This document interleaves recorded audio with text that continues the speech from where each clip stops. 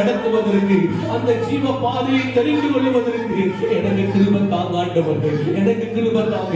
இந்த உலகத்தில் எந்த வழியை நான் தெரிந்து கொள்ளக்கூடாது, எந்த வழியை தெரிந்து கொள்ளக்கூடாது. அப்பா, நித்திய வழியை மாத்திரம் நான் தெரிந்து கொள்வதற்கு, நித்திய வழியை மாத்திரம் தெரிந்து கொள்வதற்கு, உங்களுடைய வழியை நடத்துவதற்கு எனக்கு கிருபை தாங்க ஆண்டவரே, கிருபை தாங்கப்பா. ஆண்டவரே, பல நேரத்தில் என் சுய சொல்லுது, என் உறவு சொல்றாங்க, என் நண்பர்கள் சொல்றாங்க, என்னுடைய மைண்ட் சொல்லுது வேற பாதையை மாத்துது, வேற பாதையை மாத்துது.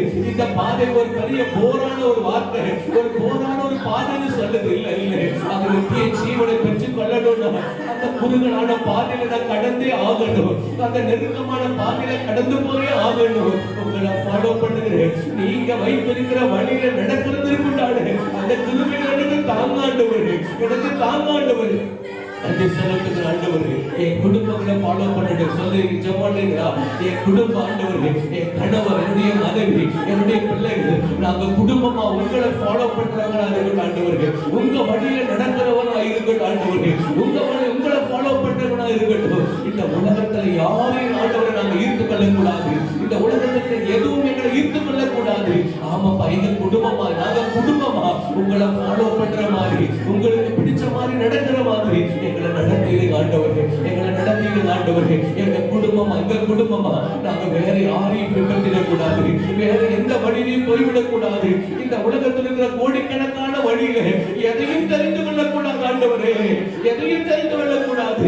நித்திய ஜீவனுக்கு வழி நடத்துகிறேன், உங்களுடைய வழியை மாத்திரம் தெரிந்து கொள்ள கிருபை தாங்கப்பா, கிருபை தாங்க ஆண்டவரே. எங்க பிள்ளைகள் வேற வழியை தெரிந்து கொள்ளக்கூடாது, என் கணவர் வேற வழியை தெரிந்து கொள்ளக்கூடாது, என் மனைவி வேற வழியை தெரிந்து கொள்ளக்கூடாது ஆண்டவரே. அப்பா, உங்களுடைய நித்திய ஜீவ பாதை எதுவென்று ஆண்டவரை கேட்டு அதிலே நடக்கிற அந்த ஞானத்தை எங்களுக்கு தாங்க ஆண்டவரே. எங்க சபையாருக்காய் நாங்க ஜெபம் பண்ணுகிறோம், எங்க சபையாருக்காய் ஜெபிக்கிறோம் ஆண்டவரே. இந்த உலகத்துல வேற எதையும் ஃபாலோ பண்ணாம உங்களையே ஃபாலோ பண்றீங்க, ஒரு இருதயத்தை தாங்க ஆண்டவரே. வேற எந்த பாதையும் தேர்ந்தெடுக்காதபடிக்கு உங்களை மாத்திரம் தேர்ந்தெடுத்து உங்க பாதையில வழி நடத்துகிறவர்களாக எங்க விசுவாச பிள்ளைகள் ஒவ்வொரு குடும்பத்தையும் என் தேவன் அப்படி எடுத்து பயன்படுத்துங்க. உங்க பாதையில நடக்கிறவர்களாக, உங்க பாதையில செல்லுகிறவர்களாக, அந்த நித்திய ஜீவனை பெற்றுக் கொள்ளுகிறவர்களாக இந்த உலகம் காண்பிக்கிற எந்த பாதையும் தெரிந்து கொள்ளாதபடிக்கு ஆண்டவரே, உங்க பாதையில ஆண்டவரை நடப்பதற்கு, அந்த ஜீவ பாதையில நடப்பதற்கு என் தேவன் கிருபை செய்யணும்னு நாங்கள் ஜெபிக்கிறோம். அந்த தேவன் கிருபை செய்யணும்னு ஜெபம் பண்ணுகிறோம். எல்லாருடைய இருதயம் அப்படி நிரப்பப்படட்டும் ஐயா.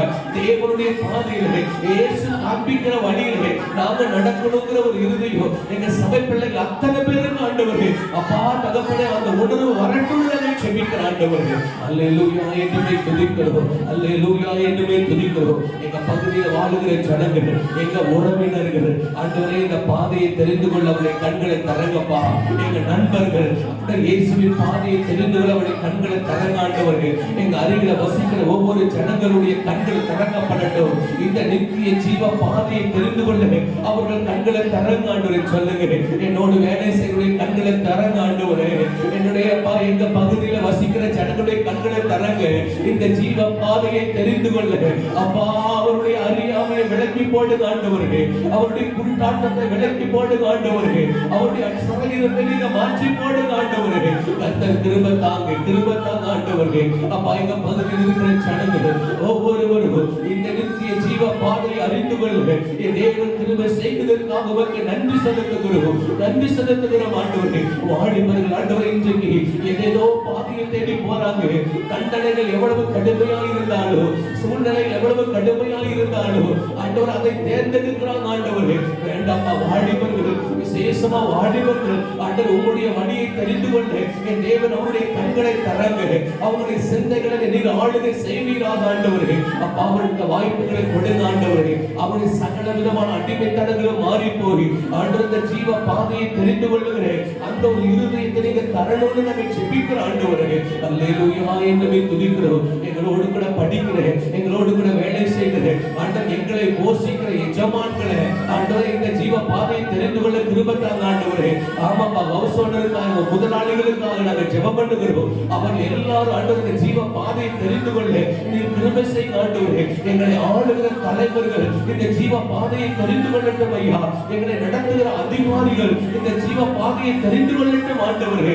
ஆமாப்பா தகப்பனே, ஒருவரு ஆண்டவரே இந்த பாதையை விட்டு வேற பாதையை தேர்ந்தெடுக்க வேண்டாம் ஆண்டவரே. இந்த காலை வேளையில நாங்கள் ஜெபம் பண்ணுகிறோம். கர்த்தர் அப்படிப்பட்ட நல்ல பாதையை ஆண்டவரே அவர்கள் அறிந்து கொள்ளும்படியாக தேவன் கிருபை செய்வதற்காக நமக்கு நன்றி செலுத்துகிறோம் ஆண்டவரே. நன்றி செலுத்துகிறோம். உங்க பாதையை தேர்ந்தெடுக்கட்டும், அது நித்திய பாதையை தேர்ந்தெடுக்கட்டும். கர்த்தரை செய்வதற்காக நமக்கு நன்றி. கர்த்தரை நீர் ஆண்டவரே ஒவ்வொருவரையும் உங்களுடைய பாதையை தெரிந்து கொள்ளுகிற வாய்ப்பை கொடுக்கிறதுக்காக நமக்கு நன்றி. தொடர்ந்து உங்களுடைய கருத்துல நாங்கள் ஒப்புக் கொடுக்கிற ஆண்டவரே, ஒப்புக் கொடுக்கிற ஆண்டவரே. எங்க ஒவ்வொரு ஊழியத்தின் நிமித்தமா நாங்கள் செய்கிற ஒவ்வொரு ஊழியங்களையும் நீங்க ஆசீர்வதிக்கிறது நாங்கள் ஜெபம் பண்ணுகிற ஆண்டவரே. இன்றைக்கு இரவு ஊழியர்களுக்கான ஒரு இரவு ஜெபம் நடக்கிறது. எல்லா ஊழியர்களும் ஒன்றிணைத்து ஜெபிக்க வேண்டும் என்று சொல்லி தேவன் பாரப்படுத்துறதுனால இந்த நாளிலிருந்து நாங்கள் ஆரம்பிக்கிறோம். ஆகவே இந்த ஊழியக்காரருடைய இரவு ஜெபத்துல எல்லா ஊழியக்காரர்களும் வரும்படியா கொஞ்சம் ஜெபம் பண்ணிடுங்க. எந்த விதத்திலும் ஏற்றத்தாழ்வுகள் வரக்கூடாது, பெருமைகள் இருக்கக்கூடாது. ஆமா, எந்த விதமான கிரிட்டிசேஷன் இருக்கக்கூடாது. தேவையில்லாத ஆண்டவர் தேவையில்லாத வாக்குவாதங்களை தேவையில்லாத ஆமா அவர்கள் சோர்ந்து போக பண்ணுறது எந்த காரியங்கள் இருக்கக்கூடாது. எல்லாரும் பட்டணம் ஆசீர்வதிக்கப்படணும், சபைகள் எழுப்பதில் பார்க்கணும், ஜனங்கள் ரட்சிக்கப்பட வேண்டும் என்று சொல்லி தார்மீகம் பொறுப்பேற்றுக் கொண்டு வந்து தாழ்மையை கருத்து கொண்டு ஜெபிக்கிற ஊழியக்காரர்கள் இரவுல நீங்க ஒன்று சேர்க்கணும்னு நாங்கள் ஜெபம் பண்ணுகிறோம் ஆண்டவரே. எங்க ஆலய கட்டுமானப்படி எங்களை கருத்துல கொடுக்கிறோம். ஆச்சரியமாய் அதிசயமா நீங்க நடத்த போகிறதுக்காக மக்கள் ஸ்தோத்திரம் ஆண்டவரே. இப்பொழுதே ஆண்டவரே தேவன் அதை கட்டி முடித்து பிரதிஷ்டையை பார்த்து விட்டதற்காக மக்கள் ஸ்தோத்திரம் ஆண்டவரே. அதை செய்வதற்கு எங்கள் கைகளை பலப்படுத்தும்படியாக நாங்கள் ஜெபம் பண்ணுகிறோம். கர்த்தர் ஆசையை அனுப்பி தருவீராக. எல்லாவற்றையும் கருத்துல கொடுக்கிறோம், பொறுப்படுத்திக் கொள்ளுங்க. அது ஒவ்வொரு நாளும் வந்து தேவ சமூகத்திலே காத்திருந்து உங்க நாமத்தை மகிமைப்படுத்திக் கொண்டு ஆண்டவரே நீர் சொல்லுகிற பாரங்களை ஏற்றுக்கொண்டு ஜெபிக்கிற அப்பாவுடைய பிள்ளைகள் ஒருவரையும் ஆண்டவரே நீங்க ஆண்டவரை குறைவாய் விட்டாதீங்க ஆண்டவரே.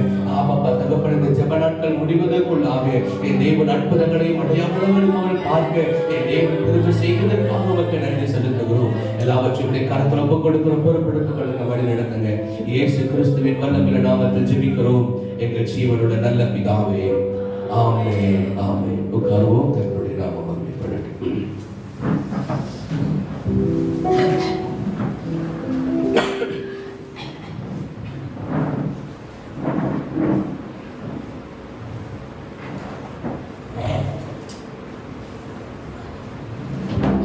ஹல்லேலூயா. ஆண்டவருடைய வல்ல நாமம் மகிமைப்படட்டும். தொடர்ச்சியா நம்ம தேவ சமூகத்தில் அமர்ந்திருந்து அநேக காரியங்களை பரிசுத்த ஆவியானவருடைய துணையோடு நம்ம கற்றுக்கொண்டு வருகிறோம். மிகுந்த பிரயோஜனமாக இருக்கிறது. ஆவியானவர் குறித்து அதிகமாக அறிந்து அவரோடு கூட வாழுகிற அந்த வாழ்க்கை நம்மளை பல ஆசீர்வாதத்துக்கு நேராக நடத்துகிறது. அல்லேலூயா. அதனால் நீங்கள் பரிசுத்த ஆவியானவர் குறித்து ஒவ்வொரு நாளும் நீங்கள் கேட்டு அறிந்து கொள்ளுகிறீங்க. ஆவியானவர் அதற்கு உதவி செய்கிறார். அதற்காக ஆண்டவருக்கு ஸ்தோத்திரம். கேட்பது மாத்திரமல்ல ஒவ்வொரு காரியத்தையும் நம்முடைய வாழ்க்கையில நம்முடைய நடைமுறைப்படுத்துகிறவராய் நம்ம இருக்கணும். அல்லேலூயா. அப்பதான் அது நமக்கு பிரயோஜனமாயிருக்கும். ஆவியானவர் எப்படிப்பட்டவராக இருக்கிறார் அப்படிங்கிற காரியத்தை நம்ம தெரிஞ்சுட்டோம். அது எல்லாவற்றையும் நம்முடைய வாழ்க்கையில நம்ம நடைமுறைப்படுத்துகிறவர்களாக நம்ம இருக்கணும். எனக்கு அவர் உதவி செய்கிறவராக இருக்கிறார், எனக்கு அவர் துணையாளராக இருக்கிறார், எனக்கு ஆறுதல் படுத்துகிறவராக இருக்கிறார், எனக்கு ஆலோசகராக இருக்கிறார், எனக்காக வழக்காடுகிறவராக இருக்கிறார், எனக்காக பரிந்து பேசுகிறவராக இருக்கிறார், என்னை பலப்படுத்துகிறவராக இருக்கிறார், அல்லது ஒரு சத்திய ஆவியாக இருக்கிறார், நான் என்னோடு கூட இருக்கிறார், எனக்குள்ள இருக்கிறார், அவர் தாயும் தகப்பனுமாய் இருக்கிறார், அவர் சமாதானத்தை தருகிறவராக இருக்கிறார் அப்படிங்கிற காரியங்களை நாம் அறிஞ்சிருக்கிறோம். இதையெல்லாம் வேற யாருக்கு இல்லை, நமக்கு பிரயோஜனமா இருக்கும்படியாகத்தான் இவ்வளவு காரியத்தை உட்கொண்ட பரிசுத்த ஆவியானவர் நமக்குள்ள இருக்கிறார். அல்லேலூயா. அப்ப நமக்கு என்னென்ன தேவையோ எல்லாவற்றையும் செய்வதற்கு சர்வ வல்லமை உள்ள தேவனாய் நமக்குள்ள இருக்கிறார். ஆமெனா. ஆமா, சர்வ வல்லமையுள்ள தேவனா நமக்குள்ள இருக்கிறார். நம்ம என்ன தேவையோ நம்ம கேட்டு பெற்றுக்கொள்ள வேண்டியது நம்முடைய பொறுப்பாக இருக்கிறது. அதனால ஒவ்வொரு நாளும் நம்ம ஆவியானவருடைய துணையை சார்ந்து அவரை சார்ந்து அவருடைய ஹெல்ப் லைனா பயன்படுத்தி நம்ம வாழ்ந்தோம் அப்படின்னு சொன்னா ஒரு நாள் நம்முடைய வாழ்க்கையில குறைவு வராது.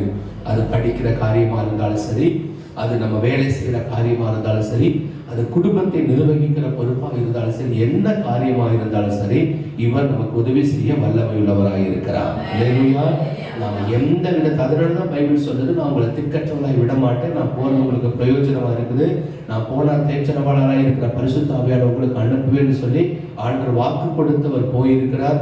நிச்சயம் அந்த பரிசுத்த ஆவியானவரை உலகம் பெற்றுக் கொண்டிருக்கிறது. சரி, ரட்சிக்கப்படுகிறவர்கள் பெற்றுக் கொண்டிருக்கிறோம். அல்லேலூயா. அப்ப அதை நம்ம ஒவ்வொரு நாளும் நம்ம என்ன செய்யணும்னா நம்ம அதை அனுபவிக்கணும்.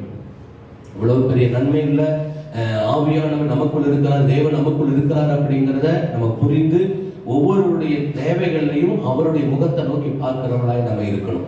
இவ்வளவு அதிசயங்களையும் இவ்வளவு வல்லமையுள்ள ஆவியான நமக்கு உள்ள வச்சுட்டு ஐயோ இன்னும் நான் என்ன செய்வேன்னு தெரியலன்னு கவலைப்பட்டுட்டு இருந்தா அது நம்மளுடைய குறைதான்.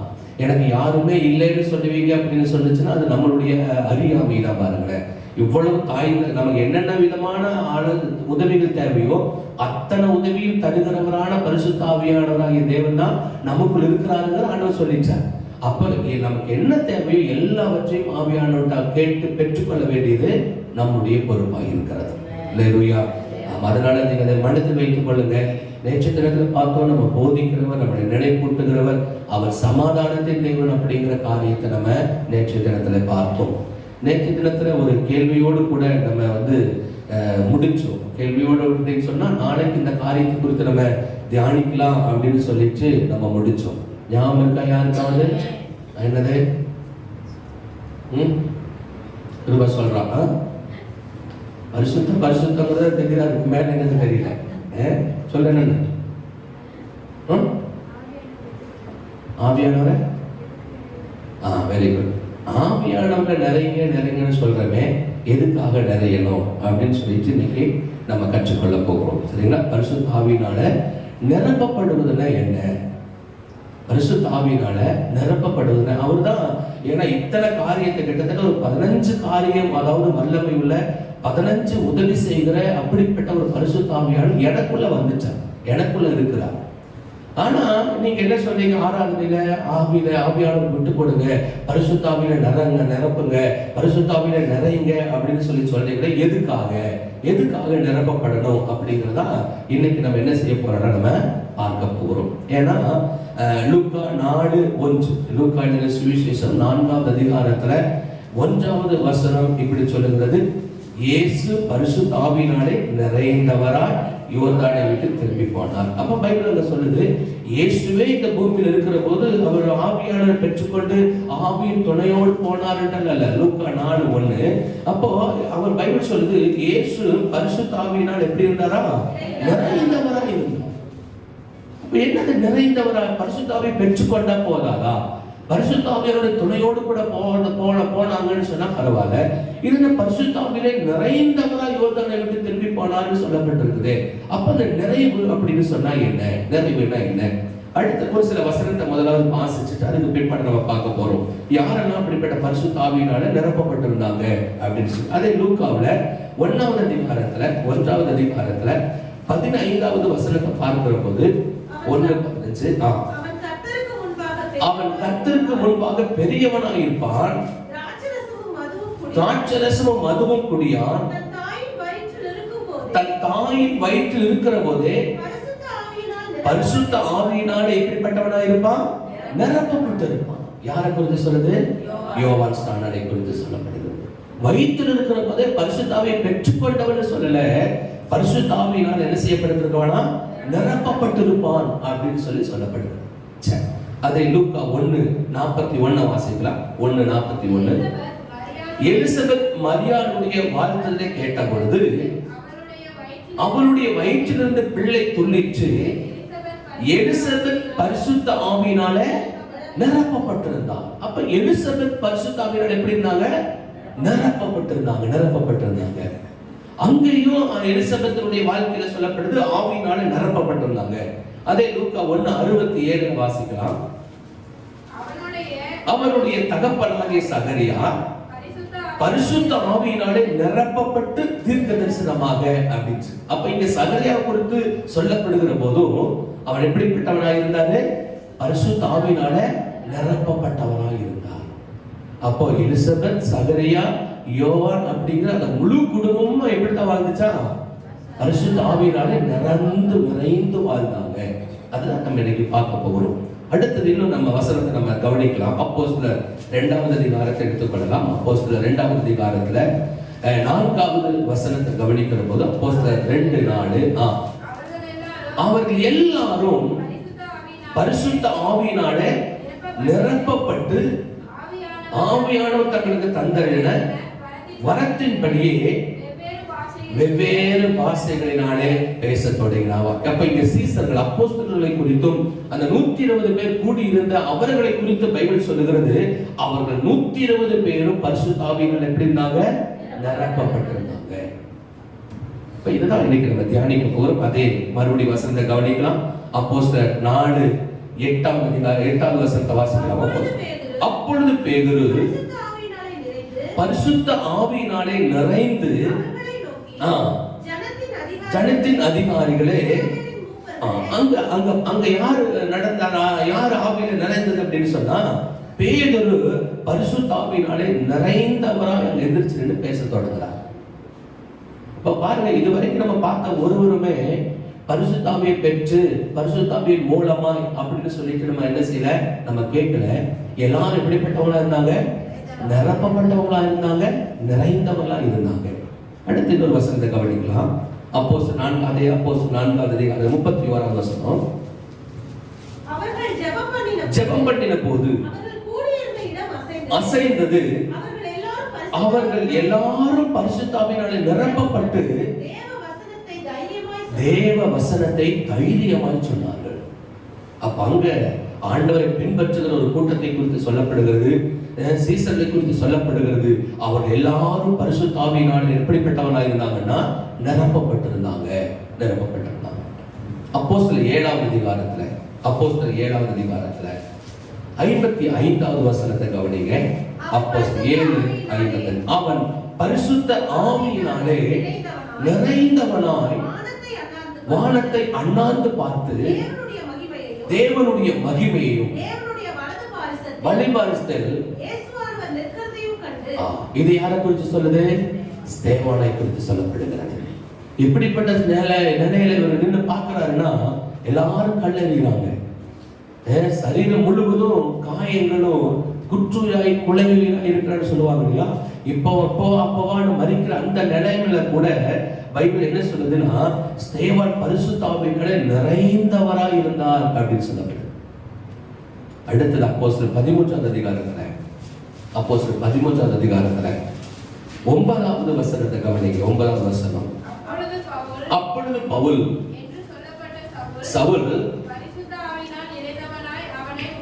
பரிசுத்த ஆவியினாலே நிறைந்தவனாய் அவனை உற்று பார்த்தான். பவுல் ஊழியம் செய்கிற போது எப்படிப்பட்டவராய் இருந்தார்னா, பரிசுத்த ஆவியினாலே நிறைந்தவராய் இருந்தார். கடைசியாக அப்போஸ்தலர் 13:52 வாசிக்கலாம். சீசர்கள் சந்தோஷத்தினாலும் பரிசுத்த ஆவியினாலும் நிரப்பப்பட்டார்கள். அல்லேலூயா. அப்ப இங்க பைபிள்ல கிட்டத்தட்ட ஒரு 10 வசனங்கள் நம்ம வாசிச்சோம். பலருடைய வாழ்க்கையில நம்ம பார்க்கிற போது அவங்க எல்லாம் எப்படிப்பட்டவங்களா இருந்தாங்க அப்படின்னு சொன்னா, பரிசுத்த ஆவியினால நிரப்பப்பட்டிருந்தாங்க, பரிசுத்த ஆவியினால நிறைந்தவங்களா இருந்தாங்க.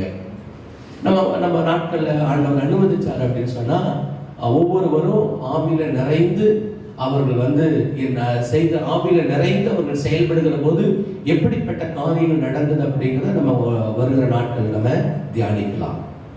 அப்ப இந்த பரிசுத்த ஆவியினாலே நிறைகிறது அப்படின்னு சொன்னா என்ன அப்படிங்கிறத நம்ம என்ன செய்யணும், நம்ம அறிந்து கொள்ளணும்.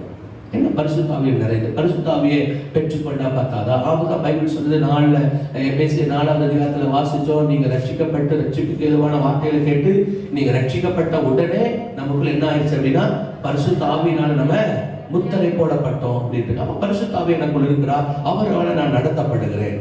எதுக்கு இந்த ஆவியினுடைய நிறைவு? ஆவியினுடைய நிறைவு இருக்கு. எல்லாரும் நிரப்பப்பட்டு இருக்காங்க. இயேசுவே பரிசுத்த ஆவியில நிறைந்தவராக இருக்க வேண்டிய அவசியம் இருந்தது. அப்ப இந்த நிறைவு அப்படின்னு என்ன அப்படிங்கிறத நம்ம கற்றுக்கொள்ளணும். அதுக்கு முன்பாக பரிசுத்த ஆவியினால எப்படி நிறைய முடியும், பரிசுத்த ஆவியினால நிரப்பப்படுறது, அதாவது பரிசுத்த ஆவியினால எப்பொழுது நம்ம நிறைய முடியும் அப்படின்னு சொன்னா அதுக்கு ஒரு சில காரியத்தை நான் சொல்லிடுறேன். ஏன்னா அவங்க எப்படி நிறைஞ்சாங்க, பரிசுத்த ஆவி நிறையுதுன்னா யாரோ கை வச்ச உடனே பரிசுத்த ஆவி நிறைவாங்களா, இல்ல ஏதாச்சும் அதுக்கு விசேஷ கூட்டங்களை பரிசுத்த ஆவியானவர் நிறையறதுக்காக இந்த ஒரு நேரத்தை பர்டிகுலர் நேரத்தை வச்சுட்டு அந்த நேரத்துல வானத்திலிருந்து ஏதாவது ஊற்றி நம்மளை ஃபில் பண்ணி விடுறாருன்னா அப்படி இல்லை. பரிசுத்த ஆவியினால நிறைந்து எப்படி நிறைய முடியும், பரிசுத்த ஆவியானவர் எப்படி நமக்குள்ள ஃபுல்லா வைத்துக் கொள்ள முடியும்னு சொன்னா ஒரு 5-6 காரியத்தை சொல்ற பாருங்க. ஏன்னா நம்ம குறைவிட தொடங்கிட்டோம், ஆவியானவருடைய செயல்பாடு எனக்குள்ள இல்ல, நான் கொஞ்சம் தனிமையா அதாவது ஒரு சோர்வா உணர்றேன் அப்படின்னு சொன்னா இந்த ஆவியானவர் நமக்குள்ள நிறைத்துக் கொள்வதற்கு அல்லது ஆவியானவரால் நிரப்பப்படுவதற்கு நம்ம என்ன செய்யணும் அப்படின்னு சொன்னா முதலாவது நம்ம ஆண்டவரை துதிக்கணும். எவ்வளவுக்கு எவ்வளவு துதிக்கிறோமோ அவ்வளவுக்கு அவ்வளவு நம்ம ஆவியானவரால நிரப்பப்படுவோம். எவ்வளவுக்கு எவ்வளவு ஆண்டவரை துதிக்கிறோமோ அவ்வளவுக்கு அவ்வளவு நம்ம என்ன செய்யப்படுவோம், ஆவியினால நிரப்பப்படுவோம். அடுத்தது ஆண்டவரை ஸ்தோத்தரிக்கிறது. பல நேரங்களில் நீங்க ஸ்தோத்திரங்கள் ஆண்டவருக்கு நம்ம ஏன் இது நம்மளுக்கு தெரிஞ்சிருக்கணும். ஆவியில நிறையணும், என்ன செய்யணும் அப்படின்னு சொன்னா ஆண்டவரை மனதார துதிக்கணும். அல்லேலூயா. துதிக்கிறதுக்கும் ஸ்தோத்தரிக்கிறதுக்கும் என்ன வித்தியாசம் அப்படின்னு சொன்னா ஆண்டவரை புகழ்ந்து பாடுகிறது துதி. சரிங்களா? ஆண்டவரே நீர் வல்லவர், நீ நல்லவர், நீ அதிசயமானவர், நீ சிங்காசனத்தில் வீற்றிருக்கிறவர், நீ சாகாமை உள்ளவர், நீ இருந்தவரும் இருக்கிறவருமா இருக்கிறீர் அப்படிங்கிற ஆண்டவருடைய மகிமையை, அவருடைய மேன்மையை, அவருடைய உன்னத நிலைமையை சொல்லி அவரை துதிக்கிறது, அவரை புகழ்கிறது தான் துதி. ஸ்தோத்திரம் அப்படிங்கிறது என்னன்னா தேவனால நம்ம பெற்றுக்கொண்டிருக்கிற நன்மைகளை நினைச்சு ஆண்டவருக்கு ஸ்தோத்திரம் செலுத்துகிறதா ஸ்தோத்திரம். ஆண்டவரை ஸ்தோத்தரிக்கிறது. நீங்க கொடுத்த ரட்சிப்புக்காக ஸ்தோத்திரம், நீங்க கொடுத்த குடும்பங்களுக்காக ஸ்தோத்திரம், நீங்க கொடுத்த வேதாந்தத்துக்காக ஸ்தோத்திரம், சபைக்காக ஸ்தோத்திரம், ஊழியக்காரர்களுக்காக ஸ்தோத்திரம், நல்ல பரிசுத்தத்திற்காக ஸ்தோத்திரம், நல்ல ஞானத்துக்காக ஸ்தோத்திரம்னு ஆண்டவற்றிலிருந்து என்னென்னவெல்லாம் நம்ம பெற்றுக்கொண்டோமோ அதை எல்லாவற்றுக்கும் நன்றி செலுத்தி ஆண்டவருக்கு ஸ்தோத்திரம் செலுத்துறது அது ஸ்தோத்திரம். முதலாவது ஆண்டவரை புகழ்றது துதி. அதுக்கப்புறம் அவளுக்கு பெற்றுக்கொண்டதற்காக ஸ்தோத்திரம் செலுத்துறது அந்த ஸ்தோத்திரம். இதை நம்ம எவ்வளவுக்கு எவ்வளவு நம்ம செய்கிறோமோ அவ்வளவுக்கு அவ்வளவு ஆவியானவராலே நம்ம நிரப்பப்படுவோம். அல்லேலூயா. அவன் கஷ்டமே கிடையாது. ஆவியானவரால நிரப்பப்படுகிறதுங்கிறது கஷ்டமே கிடையாது, ரொம்ப எளிமையான காரியம். அதை நம்ம செய்யணும். அடுத்தது ஆண்டவரை ஆராதிக்கிறதுனால எவ்வளவு ஏன் ஆராதனையில கைகளை உயர்த்தி ஆராதிங்க, கண்ண மூடி ஆராதிங்க, இருதயத்தை விட்டு கொடுத்து ஆராதிங்க, உள்ளத்திலிருந்து ஆராதிங்க, வாய்களை திறந்து பாடுங்க. ஆண்டவர் பக்கத்துல யாரும் இருக்கிறாங்க இல்லையோன்னு சொல்லி எல்லாம் பார்க்காதீங்க. மனசார ஆண்டவரை உயர்த்துங்க, துதிங்க, ஆராதிங்க, பாடுங்கன்னு சொல்லி ஏன் சொல்றோம் அப்படின்னு சொன்னா நம்ம ஆவியானவராலே நிரப்பப்படுவதற்காக. நம்ம ஆண்டவர்கிட்ட மனசார நம்ம ஆராதிக்கிற போது, அதுக்கு தான் பாட்டு. ஏதாவது வீட்டில் இருக்கிற போது பல பாட்டுகளை பாடுங்க, வீட்டில் இருக்கிற போது ஆராதனை பண்ணுங்க, தனிமையா இருக்கிற போது பாட்டு பாடி ஆண்டவர் ஆராதனையே நம்ம ஆவியினாலே நிரப்பப்படுவதற்காக. அல்லேலூயா. அடுத்தது ஆராதிக்கிறதுனால நம்ம ஆவியானவராலே நிரப்பப்படுவோம். அடுத்தது அந்நிய பாஷைகளை பேசுகிறதுனால நம்ம ஆவியின் அந்த அந்நிய பாஷை வரப்பெற்றிருக்கிறவங்க என்ன செய்யணும், தனித்திருக்கிற போது சோர்வாக இருக்கிற போதில் உட்கார்ந்து பழம்பக்கூடாது, உட்கார்ந்து அந்நிய பாஷைகளில் அதிகமாய் பேசணும். மணிக்கணக்கா தேவ சமூகத்துல இருந்து அந்நிய பாஷைகளை பேச பேச பேச பேச ஆவியானுடைய நிறைவு நம்ம மேல வரும். அல்லேலூயா. ஆவியானுடைய நிறைவு வரும். நான் ஆரம்பத்துல சொன்னேன், அவரை துதிக்கிறதுனால நம்ம ஆவியினால நிரப்பப்படுவோம், ஸ்தோத்தரிக்கிறதுனால ஆவியினால நிரப்பப்படுவோம், ஆண்டவரை ஆராதிக்கிறதுனால ஆவியானவர் நிரப்பப்படுவோம், அந்நிய பாஷைகள் அதிகமாய் பேசுகிறதுனால ஆவியானவரால் என்ன செய்யப்படுவோம், நிரப்பப்படுவோம். அடுத்தது வேதத்தை தியானிக்கிற போது, வேதத்தை தியானிக்கிற போது என் இருதயம் அனல் கொண்டதுங்கிறாங்க இல்லையா, அது ஆவியானவருடைய பலன், ஆவியானவருடைய நிறைவு. அது வேதத்தை வாசிக்கிறதுனால இல்ல, வேதத்தை தியானிக்கிறதுனால. காரியம் இப்படி இருக்கிறதா என்று சொல்லி அவங்க ஆராய்ந்து பார்க்கிறதுனால மற்ற ஊர்க்காரங்களை காட்டிலும் இவங்க எப்படி பெராயா பட்டணத்தார் எப்படி இருந்தாங்க, நற்குணசாலிகளாய் மாறினாங்க. அப்ப வேதத்தை தினந்தோறும் தியானிக்கிற ஒரு அனுபவம் நமக்கு வேணும். அப்படி வேதத்தை தியானிக்கிற போது நம்ம ஆவியானவராலே நிரப்பப்படுவோம். அல்லேலூயா. அடுத்தது பார்த்தீங்கன்னா, தேவனுக்காக நம்ம ஏதாவது செய்யணும் அப்படிங்கிற ஒரு வாஞ்சை நம்மளுக்குள்ள இருந்தா கூட ஆவியானவர் நம்மளை நிரப்புவார். அல்லேலூயா. ஆமா, பலன் இல்ல, வாய்ப்புகள் இல்ல, எனக்கு எந்தவித எல்லா கதவுகளும் அடைக்கப்பட்டிருக்கிறது. ஆனா ஆண்டவருக்காக ஏதாவது செய்யணும்னு என் இருதயம் வாஞ்சிக்கிறது. என் ஆண்டவருக்காக ஏதாவது செய்யணும்னு சொல்லி நான் அதிகமா விரும்புகிறேன் அப்படிங்கிற ஒரு பெரிய ஒரு வாஞ்சை இருந்துச்சு அப்படின்னா பரிசுத்த ஆவியானவர் நம்மளை நிரப்புவார். அல்லேலூயா. பரிசுத்த ஆவியானவர் நிரப்புவார். இப்படி நிறைந்திருக்கிற, இப்படி அதாவது பரிசுத்த ஆவியினால இப்படி எல்லாம் என்ன செய்யப்படும், நம்மளை நிறைத்து கொள்ள முடியும். வேதத்துல வாசிக்கிறவர்கள் எதனால நிரப்பப்பட்டாங்கன்னா, இதுல ஏதாவது ஒரு காரியத்தை அவங்க செஞ்சிருப்பாங்க, அதனால் அவர்கள் நிரப்பப்பட்டாங்க. இது விசேஷத்தை எந்த வேற காரியமே கிடையாது. ஆண்டவரை மனதார ஆராதிச்சிருப்பாங்க, ஆண்டவருக்காக ஏதாவது ஒரு காரியத்தை செய்யணும்னு துடிச்சிருப்பாங்க. அப்படிப்பட்டவர்கள் ஸ்தோத்தரிக்கிறதுனால, ஆராதிக்கிறதுனால, ஆண்டவரை துதிக்கிறதுனால, வேதத்தை தியானிக்கிறதுனால, ஆண்டவரை ஆராதிக்கிறதுனால அவள் என்ன செய்யப்பட்டாங்க, ஆவியானவரால நிரப்பப்பட்டாங்க. இப்ப நம்ம பார்க்கிறோம், ஆவியானவரால நிரப்பப்படுகிறதுனா என்ன அப்படிங்கிற காரியத்தை நம்ம பார்க்கிற போது வேத வசனத்துல அந்த காரியத்தை நம்ம இதுக்கு முன்னால் அந்த வார்த்தை, இயேசுவே பரிசுத்த ஆவியினால நிறைந்தவராய் இருந்தார் அப்படின்னு சொல்லப்படுகிறது. அப்ப பரிசுத்த ஆவியினால நிரப்பப்படுவதுனா என்னன்னா, நம்ம முழுவதும் நம்முடைய கண்ட்ரோலை முழுவதும் ஆவியானவருக்கு கொடுக்கிறது. அல்லேலூயா. பரிசுத்த ஆவியினால நிரப்பப்படுவதுனா என்னன்னா, நான் இல்ல ஆண்டவரே, நீங்க தான். நம்முடைய நம்மளை முழுவதும் ஆவியானவருடைய கட்டுப்பாட்டுக்குள்ள கொண்டு வருகிறது தான் ஆவியிலே நிறைந்து கொள்ளுகிறது. ஆவியில நிறைந்திருந்தாங்கன்னு என்னன்னா, முழுவதும் ஆவியானவருடைய கட்டுப்பாட்டுக்குள்ள தங்களை என்ன செய்தாங்க, விட்டு கொடுத்துட்டாங்க. கொஞ்சம் கூட மாம்சீக கலப்பு இருக்காது, கொஞ்சம் கூட சந்தேகம் இருக்காது. ஆவியானவரால் நிரப்பப்பட்டிருக்கிறாங்க அப்படின்னு சொன்னா அவர்கள் எப்படிப்பட்டவங்களா இருக்கிறாங்கன்னா, தன்னுடைய வாழ்க்கை முழுவதும், தன்னுடைய காரியங்கள் முழுவதையும் ஆவியானவருடைய கட்டுப்பாட்டுக்கு விட்டு கொடுத்தவர்கள். நான் ஒண்ணுமே இல்லை ஆண்டவரே, நீங்க எடுத்து காரியத்தை செய்யுங்க, நீங்க எப்படி வணையினா கூட நான் வணைவேன், நீங்க எப்படி என்னை நடத்தினா கூட நான் அதுக்கு வருவேன், நீங்க எப்படி என்ன காரியத்தை செய்ய சொன்னாலும் அதை நான் செய்வேன் அப்படிங்கிற முழு கட்டுப்பாட்டையும் ஆவியானவருக்கு கொடுக்கிறது தான் என்னது, ஆவியிலே நிறைகிறது. அப்படித்தான் இருந்தாங்க. இயேசு பரிசுத்த ஆவியினால நிறைந்தவராய் இருந்ததுனால என்ன செஞ்சாருன்னா, அவர் நன்மை செய்கிறவராய் சுற்றித் திரிந்தார். தேவனுடைய வல்லமை அப்படியே புறப்பட்டது. ஒருவேளை நம்முடைய மாம்சீகத்துல சில காரியத்தை நம்ம செஞ்சோம் அப்படின்னு சொன்னா தேவனுடைய வல்லமை புறப்படாது. அப்ப ஆவியில நிரப்பப்படுறோம் அப்படின்னு சொன்னா நம்ம இல்ல, நம்ம மறைஞ்சு ஆவியானவர் நம்ம மூலமா செயல்படுறாருன்னு அர்த்தம். ஆவியானவர் நம்ம மூலமாய் செயல்படுறார், நம்ம இல்ல. அவர் நம்முடைய ஒவ்வொரு செய்கையும் ஆண்டவரே அந்த காரியத்தை செய்கிறவராய் இருக்கிறார். பவுல் பரிசுத்த ஆவியினால நிரப்பப்பட்டவனா, பேதுரு பரிசுத்த ஆவியினால நிரப்பப்பட்டவனா ஒருத்தரை புத்து பார்த்தார் அப்படின்னு சொன்னுச்சுன்னா அங்க அற்புதங்கள் நடக்குது. ஏன் அற்புதங்கள் நடக்குதுன்னா, இவங்க ஆவியினால நிரப்பப்படுகிற போது அங்க பேதுரு அல்ல, அங்க பவுல் அல்ல, அங்க சகரியா அல்ல, எலிசபெத் அல்ல, ஆவியானவரே அங்க செயல்படுகிறார். அதனாலதான் அற்புதம் நடக்குது. அதனாலதான் அதிசயம் நடக்கிறது. இயேசு மரித்து போனவன உயிரோடு கூட எழுப்புகிற லாசரு வெளியே வான்னு சொன்ன உடனே அந்த லாசரு வெளியே வந்ததுக்கு ரகசியம் என்னன்னா, மாம்சகமா இருந்த இயேசு அல்ல, அவர் நிரப்பப்பட்டிருக்கிற ஆவியானவருடைய துணையோடு தேவ வல்லமையினால லாசரு என்ன செய்தாரு, வெளியே வந்தார். அப்ப பரிசுத்த ஆவியினால நிறைந்து அப்படின்னு சொன்னா நம்முடைய செய்யற காரியங்கள் எல்லாமே, ஏசப்பா நமக்காக அவர் ஏசப்பா காரியத்தை செய்து அவர் தோத்து போவாரா? அவர் எங்கேயாச்சும் போய் அவமானப்பட்டு திரும்பி வருவாரா? இல்ல அவர் ஏதாவது செஞ்சுனா சக்சஸ் ஆகாம இருக்குமா? இல்லையே, அவர் தோற்று போகாதவர், அவர் ஜெய கிறிஸ்து. எந்த இடத்திலும் அவர் பைபிள் சொல்லுது, என்னால செய்யக்கூடாத அதிசயமான காரியங்கள் ஒண்ணுமே கிடையாது. அப்படியெல்லாம் வேதத்துல பரிசுத்தவான்கள் வாழ்ந்திருந்தாங்க. எதனாலன்னா, அவங்க பரிசுத்த ஆவியினால நிரப்பப்பட்டவளா இருந்ததுனால அப்படிப்பட்ட அரிய பெரிய காரியத்தை செய்தாங்க. ஒருவனும் எதிர்த்து நிற்க முடியல. பைபிள் ஸ்தேவானை குறித்து சொல்லப்படுகிற போது அவர் பேசுற தைரியத்தை குறித்து என்ன செய்ய முடியல, ஒருவரும் எதிர்த்து நிற்க முடியல. அவ முகத்தை பார்த்தா தேவதூதன் முகத்தை போல இருந்ததுதான்.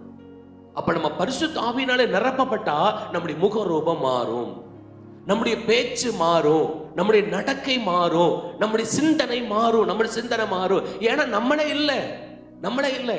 பரிசுத்த ஆவியினால நிரப்பப்பட்ட ஒரு மனிதன் இருந்தார் அப்படின்னா அவர் எந்த விதத்திலையும் மாம்சீகத்தில் என்ன செய்ய முடியாது, எந்த காரியத்தை ரிப்ளைவை எதிர்பார்க்க முடியாது. அதனாலதான் பைபிள் சொல்லுது, பரிசுத்த ஆவியினால நிரப்பப்பட்ட ஆவிக்குரிய மனிதனை ஒருவன் என்ன செய்ய முடியாது, நிதானிக்க முடியாது. ஏன்னா அந்த ஆவியான அந்த ஆவிக்குள் இருக்கிற மனுஷன் மட்டும்தான் அவன் என்ன செய்ய முடியும், நிதானிக்க முடியும். ஆனா மாம்சீகத்தில் இருக்கிறவன், ஆவியானவருக்குள் இருக்கிற ஒரு மனுஷன் என்ன செய்ய முடியாது? நிதானிக்க முடியாது. எல்லாத்தையும் பார்த்தா எல்லாம் பைத்தியக்காரத்தனமா தான் தெரியும். நிதானிக்கவே முடியாது. என்ன இப்படி பேசுறாங்க, என்ன இப்படி வெறிபிடித்த மாதிரி இருக்கிறாங்க, என்ன இப்படிப்பட்ட காரியத்தில் இருக்கிறாங்க அப்படின்னு சொல்லிட்டு இவங்களை பார்த்த தவறாதான் பார்ப்பாங்க மாம்சீகத்தில் இருக்கிறவங்க. வேதம் தெளிவா சொல்லுது, அவனை நிதானிக்க முடியாது. ஏன்னா நம்ம எல்லாம் மனுஷீகத்தில் இருக்கிற மாம்சீகத்தில் இருக்கிறோம். அவங்க வேறொருடைய கட்டுப்பாட்டுக்குள்ள இருக்கிறாங்க. அல்லேலூயா. பரிசுத்த ஆவியானவரே வாழுகிறதுனால அவருடைய நடவடிக்கைகள், அவருடைய பேச்சு, அவருடைய செயல்பாடுகள் எல்லாமே வித்தியாசமா இருக்கும். யாரால அதை நிதானிக்க முடியாது. அல்லேலூயா.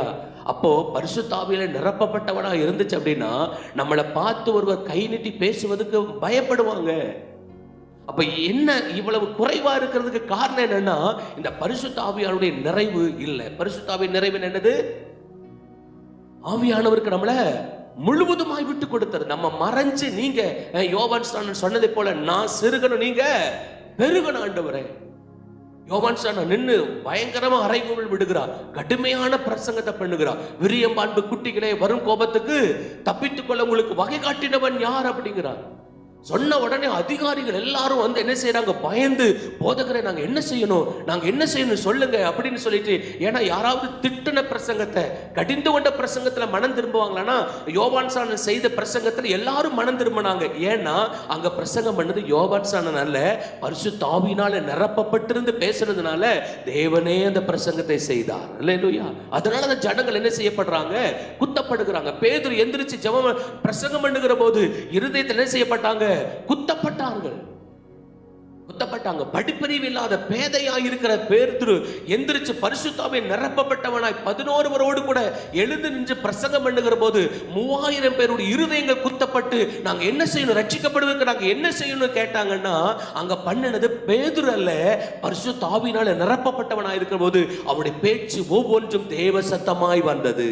அல்லேலூயா. பரலோகத்தினுடைய விருப்பமாய் வந்தது. எல்லா ஜனங்களும் அப்படி என்ன செய்யப்பட்டாங்க? அதுக்கு அர்ப்பணித்தாங்க.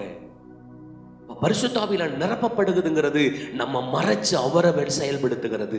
இது ஏதோ பிரசங்க நேரத்துல, ஊழியத்துல, அல்லது ஊழிய செய்கிற போது, சுவிசேஷம் சொல்லும் போது மாத்திரமல்ல, நம்முடைய வீடுகள் இருக்கிற போதும், நம்முடைய வீட்டு காரியத்தில் இருக்கிற போதும் நம்முடைய பரிசுத்த ஆவியினாலே நிரப்பப்பட்டவளா நம்ம இருந்தோம் அப்படின்னா வீடு ஒரு பரலோகம் போல இருக்கும். அல்லேலூயா. சண்டைகளுக்கு அங்க வாய்ப்பு இல்லை, சச்சரவுகளுக்கு அங்க வாய்ப்பு இல்லை, வாக்குவாதங்களுக்கு வாய்ப்பு இல்லை. ஏன்னா தேவன் உலாவுகிற ஒரு வீடாய் மாறிடும், தேவன் எழுந்தருளி இருக்கிற வீடாய் மாறிடும். அதுதான் சொன்னேன். அப்ப நாங்க வீட்ல எல்லாம் நாங்க ஆவியில நிறையணும்னா, வீட்ல எல்லாம் நாங்க பரிசுத்த ஆவியினால் நிரப்பப்படணும்னா, அப்ப ஒவ்வொரு முறையும் நாங்க ஆலயத்துக்கு வந்துட்டு இருக்கணுமா? ஒவ்வொரு முறையும் சர்ச்சுக்கு வந்து போகணுமானா அதுதான் இல்ல. வேதத்தை நம்ம ஏற்கனவே பார்த்துட்டோம். ஆவியானவரால் நிரப்பப்படுவதற்கு நம்ம என்ன செய்தா போதும்? ஆண்டவர் நல்லா துதிச்சா போதும், நல்ல ஸ்தோத்திரிச்சா போதும், நல்ல ஆராதிச்சா போதும், நல்ல வேதத்தை தியானிச்சா போதும், நல்ல அந்நிய பாஷைகளை பேசி ஆண்டவரை துதிச்சா நம்ம ஆவியினுடைய நிறைவு வந்துடும். நிறைவு அப்படின்னு சொன்னா நம்ம மறைஞ்ச ஆவியானவர் ஆபரேட் ஆக ஆரம்பிப்பார். அல்லேலூயா. நீங்க சமையல் பண்ணுகிற போது, வீட்டு வேலைகளை செய்கிற போது, வேலையை செய்கிற போது, படிக்கிற போது, எல்லா சூழ்நிலைகளையும் இப்படி ஆவியானுடைய நிறைவோடு கூட செய்கிற போது நம்ம கொண்டு ஆண்டவர் அசாதாரணமான காரியத்தை செய்வார். அல்லேலூயா. உங்களுக்கு புரியுதா? ஆவியானவரை நிரப்பப்பட்ட நீங்க இல்ல, அவர் நம்மளுக்கு கொண்டு செயல்படுகிறவராக இருக்கிறார். எப்படி பாடம் மனப்பாடம் இல்லாம போகும், எப்படி மேக்ஸ் நம்மளுக்கு புரியாம போகும், எப்படி வேலையில கஷ்டம் வரும், எப்படி மற்றவங்களுக்கு விரோதமா நம்மளுக்கு விரோதமா யார் எழும்ப முடியும்? வேதவசனம் சொல்லுது, என்னை தடுப்பவர் யாருங்கிறார். நான் ஒருத்தனுக்கு இறங்குறேன், ஒருத்தனுக்கு இறங்காம போவேன், என்ன கேள்வி கேட்கிறவன் யாருடா அப்படிங்கிறார் ஆண்டவர். அப்படிப்பட்ட எதிர்க்க முடியாத ஒரு வல்லமைக்குள்ள நம்ம நிறைஞ்சிருந்துட்டோம்னா யார் நமக்கு விரோதமா எழும்புவா? வேதவசனம் சொல்லுதல்ல, ஒருவனுடைய வழி கர்த்தருக்கு பிரியமா இருந்தா அவன் சத்துருக்கள் கூட அவனோடு கூட என்ன செய்வாங்க? சமாதானமா இருப்பாங்க. உனக்கு விரோதமா ஜனங்கள் எழும்புறாங்க, உனக்கு விரோதமா சத்துருக்கள் எழும்புறாங்க, உனக்கு விரோதமா சண்டைக்காரங்க எழும்புறாங்கன்னா அவங்ககிட்ட போய் நம்ம என்ன செய்ய வேண்டியதில்லை, அவங்க சண்டைப்பட வேண்டியதில்லை. நீ பரிசுத்த ஆவியினால நிரப்பப்பட்டு பார், அவர்கள் உன்னோடு கூட ஒப்புரவாவார்கள். அல்லேலூயா. யார் நமக்கு விரோதமா எழும்புறாங்களோ, யார் நமக்கு விரோதமா பேசுகிறாங்களோ அவங்களை ஆவியானவரை கண்ட்ரோல் பண்ணுவார். பேசினவங்க நம்மளை பார்த்து மாம்சீகத்தில் ஆவியின் நிறைவில் இல்லாத போது, நம்மளை பேசினவங்க ஆவியில நிரப்பப்பட்டு இருக்கிற போது நம்முடைய முகத்தை பார்த்தா நம்மளை திட்ட வராதவங்களுக்கு, நம்மளுக்கு விரோதமா கை நீட்ட வராது, நமக்கு விரோதமா செயல்படவங்களால முடியாது. ஏன்னா நம்மளை பார்க்கிறது இல்லை, அவங்க நமக்குள்ள மறைந்திருக்கிற, நமக்குள்ள நிரப்பப்பட்டிருக்கிற ஆவியானவரை, தேவனை அவர்கள் பார்க்கிறார்கள். அல்லேலூயா. ஆவியானவர்களை நிரப்பப்படுகிறதுங்கிறது முழுவதும் அவருடைய கட்டுப்பாட்டுகளை நம்மளை விட்டு கொடுக்கிறது. அல்லேலூயா. சரி, நாளைக்கு நம்ம பார்க்கலாம் ஏன் ஆவியானவர், அதாவது இந்த நிரப்பப்பட்ட ஒரு அனுபவம் இருக்குதல்ல, நல்லா துதிக்கிறோம், ஆராதிக்கிறோம், ஆண்டவரை மகிமைப்படுத்துகிற போது நம்ம ஆவியானவரால் நிரப்பப்படுகிறோம். அப்ப மறுபடியும் எதுக்காக நிரப்பப்படணும், இது எப்படி குறையும் அப்படிங்கிறத நாளைக்கு என்ன செய்ய போறோம் நம்ம பார்க்க. ஆவியானவர் எப்படி நமக்குள்ள அப்படியே செயல்படாதவராய் மாறுகிறார், ஏன் மறுபடியும் ஆவியானவரால் நம்ம நிரப்பப்படுகிறதுடைய அவசியம் என்ன? நம்ம ஆராதனைக்கு வருகிறோம், நல்ல அந்நிய பாஷை பேசி நல்ல ஆராதித்து ஆவியில நிரப்பப்பட்டு போகிறோம். அடுத்த வாரத்திலே வந்து அதான் போன வாரத்திலே நம்ம நிறைஞ்சிட்டோம்ல, அப்புறம் எதுக்கு மறுபடியும் எங்களை எதுக்காக நிரப்பப்பட சொல்றீங்க அப்படின்னு சொன்னா, ஏன் நிரப்பப்படணுங்கிறது நாளைக்கு நம்ம பேச போறோம். அல்லேலூயா. அதனால நீங்க ஒவ்வொருவரும் ஆவியானவரால நிரப்பப்பட்டிருந்தீங்கன்னா இந்த உலகத்தில் அழகான ஒரு வாழ்க்கை, மகிமையான ஒரு வாழ்க்கை, ஆசீர்வதிக்கப்பட்ட வாழ்க்கையை நம்ம வாழ முடியும். அல்லேலூயா. வாழ்றது நம்ம அல்ல, தேவனே நமக்குள்ள இருந்து வாழுகிறார். அல்லேலூயா. ஒரு நாள் நம்ம தோற்று போக மாட்டோம். கண்களை மூடலாம் ஆண்டவருடைய சமூகத்தில்.